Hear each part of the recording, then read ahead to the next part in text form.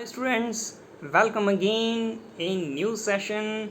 In this video, I am going to discuss NCERT example problems of chapter number 11 Transportation in Animals and Plants. This video is going to be very interesting and you will find it very enriching in your experience. So without wasting any time, let's switch to question number 1. A muscular tube through which stored urine is passed out of the body is called as. हमारे body में एक muscular tube होती है जिससे कि urine pass होता है, हम इसे कहते हैं यूरेथ्रा. ओके. Question number 2.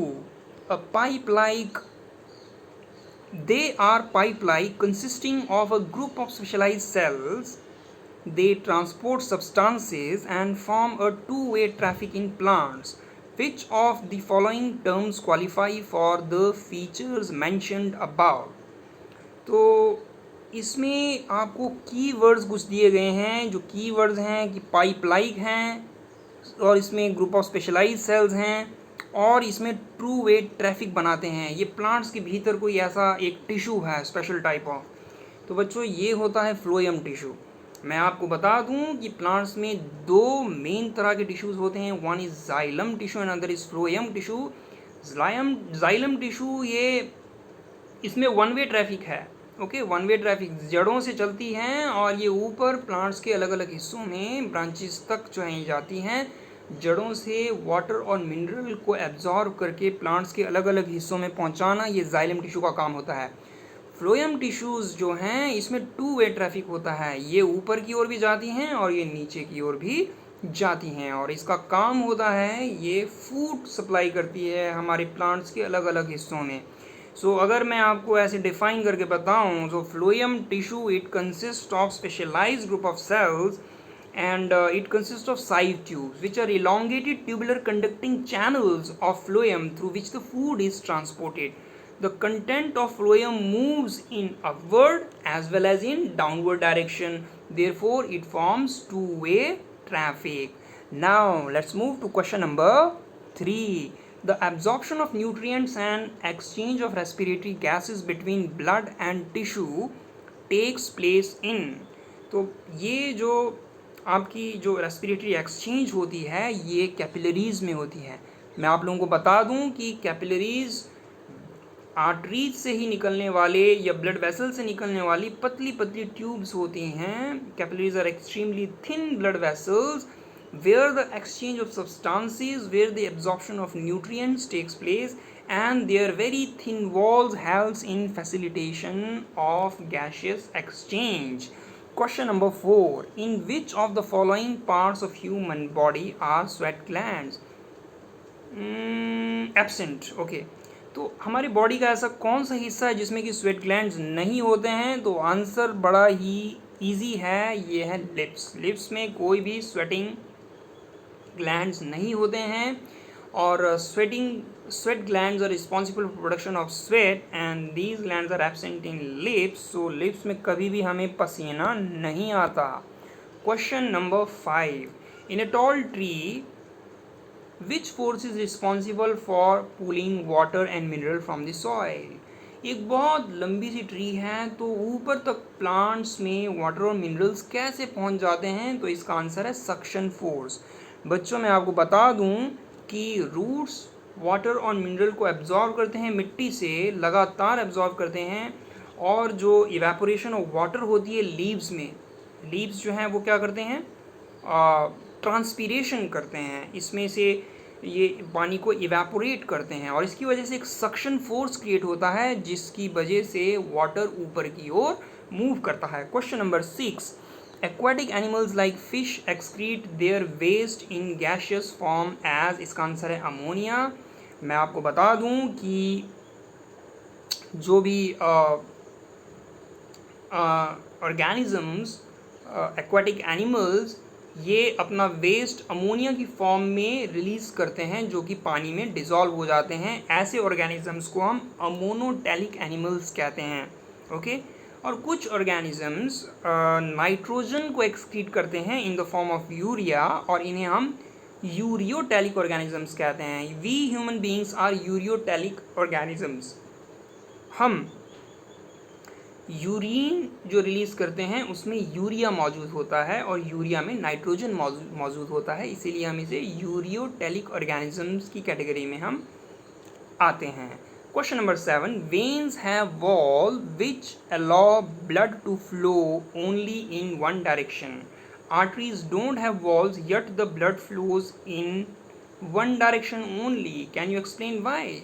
देखिए भैया, आर्टरीज में वॉल नहीं होती हैं, इसके बावजूद भी ये एक ही डायरेक्शन में फ्लो करती है, बहुत हाई प्रेशर के साथ फ्लो करती है, क्योंकि आर्टरीज की जो वॉल होती हैं बहुत थिक इलास्टिक होती हैं, ओके, और they have very thick and elastic walls, and that is why in artery the blood flow very rapidly at high pressure.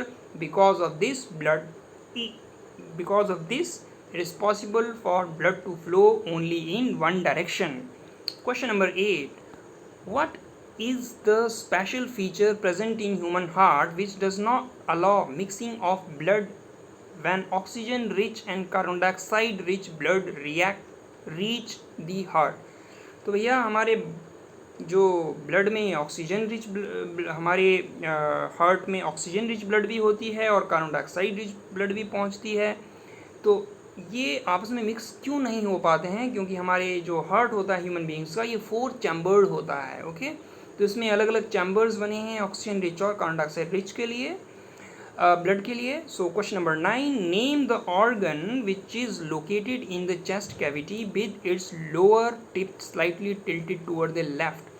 तो हमारा जो हार्ट होता है ना, वो थोड़ा सा टिल्टेड होता है लेफ्ट डायरेक्शन में, और आपका ऑर्गन आपको पता लग गया, इट इज़ हार्ट. अब आपको यहाँ पे एक फिगर दिया गया है, आपको एक दूसरा फिगर बनाना है जो आप ऑब्जर्व करेंगे कुछ घंटे के बाद. तो इस फिगर में आपको मिलता है एक पोटैटो विद होल, जिसके अंदर लिया गया है शुगर सॉल्यूशन, और इस पूरे पोटैटो को रखा गया एक बीकर कंटेनिंग वाटर में. अब कुछ घंटे के बाद होता क्या है कि इसके अंदर पानी जो है एंटर करने लगती है, और ये पानी का लेवल जो ऊपर तक यहाँ तक पहुँच जाता है, और इस प्रोसेस को हम कहते हैं एंडोऑस्मोसिस. तो बच्चों, ऑस्मोसिस में हमेशा एक ही प्रोसेस होती है, जो higher concentration of solvent to lower concentration of solvent move होती है, ओके. मैं इसको सिंपल शब्दों में ऐसे भी कह सकता हूँ कि water travels inside the solution, okay. तो यहाँ पे सॉल्यूशन है पोटैटो के अंदर और वाटर है बाहर, तो इसीलिए पानी को भीतर आना होगा, और इस प्रोसेस को हम कहते हैं endosmosis. Question number 11, arrange the following statement in the correct order in which they occur during the formation and removal of urine in human beings. तो आप इस सारे ऑप्शंस को, जो 5 ऑप्शंस आपको दिए, इसे ध्यान से पढ़ेंगे. अब अगर आपने ये पूरा प्रोसेस पढ़ा होगा कि कैसे एक्सक्रीटरी सिस्टम हमारा जो बना हुआ है यूरिन का, then you can answer it properly. तो सबसे पहले बच्चों, blood containing useful and harmful substances reaches the kidney for filtration. Kidney के पास ये चीज़ पहुंच जाती है. उसके बाद useful substances are absorbed back into the blood. इसमें जो भी यूज़फुल सब्सटेंसेस होते हैं ब्लड में एब्जॉर्ब कर दिए जाते हैं. अगले स्टेप में waste dissolves in water is filtered out as urine in the kidney, okay. इसके बाद जो अगला स्टेप होता है वो है ureter carry urine to the urinary bladder, और इसके बाद urine stored in urinary bladder is passed out through the urinary opening at the end of urethra. तो आपका ये सीक्वेंस बनेगा नंबर 1, और इसके बाद मैंने बताया नंबर 2, और इसके बाद बताया मैंने नंबर 3, और इसके बाद आपका आएगा नंबर 4, और लास्ट में आएगा आपका ऑप्शन नंबर सी नंबर 5 पे. तो इस तरीके से ये सीक्वेंस हमारे एक्सक्रीटरी सिस्टम में फॉलो होती है. क्वेश्चन नंबर 12, पहेली uprooted a rose plant from the soil. Most of the root tips with root hairs got left behind the soil. She planted it in a pot with a new soil and watered it regularly. Will the plant grow or die? Give your reason. तो भैया सबसे पहली बात तो ये है कि उन्होंने प्लांट को कुछ ऐसे उखाड़ा कि जो रूट हेयर्स उसमें से जो है पीछे रह गई। अगर रूट हेयर्स नहीं होंगी तो वाटर और न्यूट्रिएंट्स कैसे एब्जॉर्ब होंगे? इस तरह से प्लांट डाई होने की संभावना तो मुझे लग रही है। इसके बाद है हम उस रोज़ को एक नए सॉइल में ट्रांसफ़र कर रहे हैं। तो new type of soil system में जब हम डालते हैं तो प्लांट को एडजस्ट होने में समय लगता है और वो उसमें डाई हो सकते हैं। लेकिन अगर आप रोज़ स्टेम को डायरेक्ट जो है प्रॉपर कटिंग करके हम डायरेक्ट मिट्टी में हम डालते हैं तो उसमें ख़ासियत होती है कि ये एक नए प्लांट के रूप में ग्रो कर जाती है। ओके, तो ये एक रोज़ की खासियत होती है। और रोज़ की कटिंग को हम किसी और वैरायटी ऑफ रोज़ के साथ भी हम उसको बाइंड कर सकते हैं, ग्राफ्टिंग कर सकते हैं। Question number 13, name the only artery that carries carbon dioxide rich blood. तो इसका आंसर है pulmonary artery. Why it is called artery if it does not carry oxygen rich blood.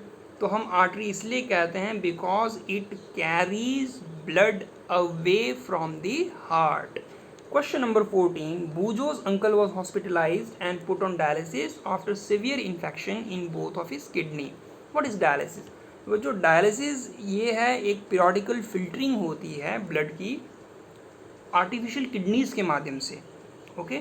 And when it becomes necessary to take such a treatment, जब human beings का जो kidney है वो काम नहीं करती है, when kidney fails to function, that time we take help of dialysis. Question number 15.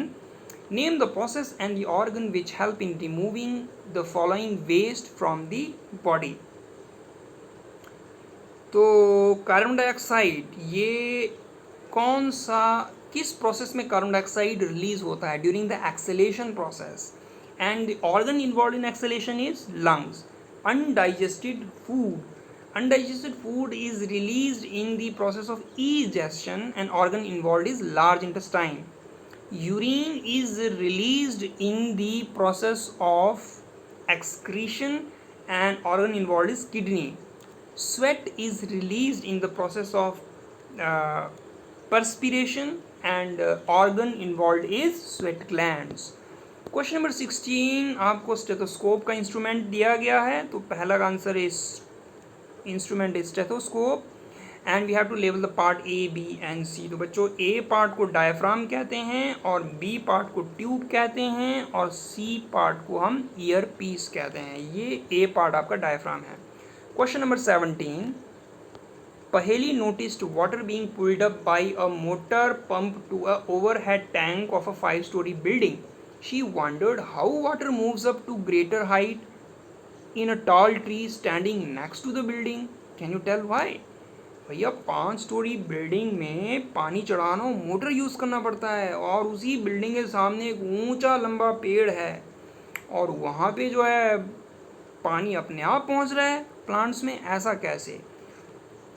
तो इसको समझने के लिए मैं आपको बता दूं कि roots absorb water and mineral from the soil continuously and how it is possible? Because evaporation process removes water from the leaves and it creates suction force. This suction force cause water to move upward continuously. But in case of water supply in the upper story building, we have to make use of electric motor. Question number 18, we have to match the column. तो बच्चों यहाँ पे 2 columns दिए गए हैं। Right ventricles का क्या काम है, इसके लिए आपको मैं सजेस्ट करूँगा कि आप एनसीईआरटी का पेज नंबर 11.4 फिगर नंबर 11.4 इसमें स्ट्रक्चर ऑफ हार्ट आपको दिया गया, इसे आप ध्यान से पढ़िएगा और इस चैप्टर को पढ़िएगा तो आपको पता लगे कि right ventricle pushes the blood into pulmonary artery. तो ये आपका सामने ऑलरेडी ही मैचिंग है। Okay, next is pulmonary veins. Pulmonary veins का फंक्शन है, it brings oxygenated blood from lungs to heart, तो ये आएगा। Left atrium receives deoxygenated blood from the pulmonary veins. Next is pulmonary artery. Pulmonary artery takes deoxygenated blood from the heart to the lungs. Next is left ventricle. Left ventricle pushes blood into aorta. ये तो already आमने सामने ही है। Next is right auricle. Right auricle receives blood from the different part of the body. So these are the answers that you have to remember and learn it very carefully. Question number 19, आपको यहाँ पे sets दिए गए हैं कुछ words के। इन set of words में से आपको इनकी ग्रुपिंग करनी है। Okay, circulatory system of animals में कौन कौन से वर्ड्स इन्वॉल्व हैं? Okay, in circulatory system of animals arteries are involved, atria is involved, capillaries are involved, veins are involved, and heart is involved. Okay, now we'll switch to excretory system in humans. In excretory system in humans, ureter is involved, then kidney is involved, then urethra is involved, then urinary bladder is involved. Next is transport of substances in plants.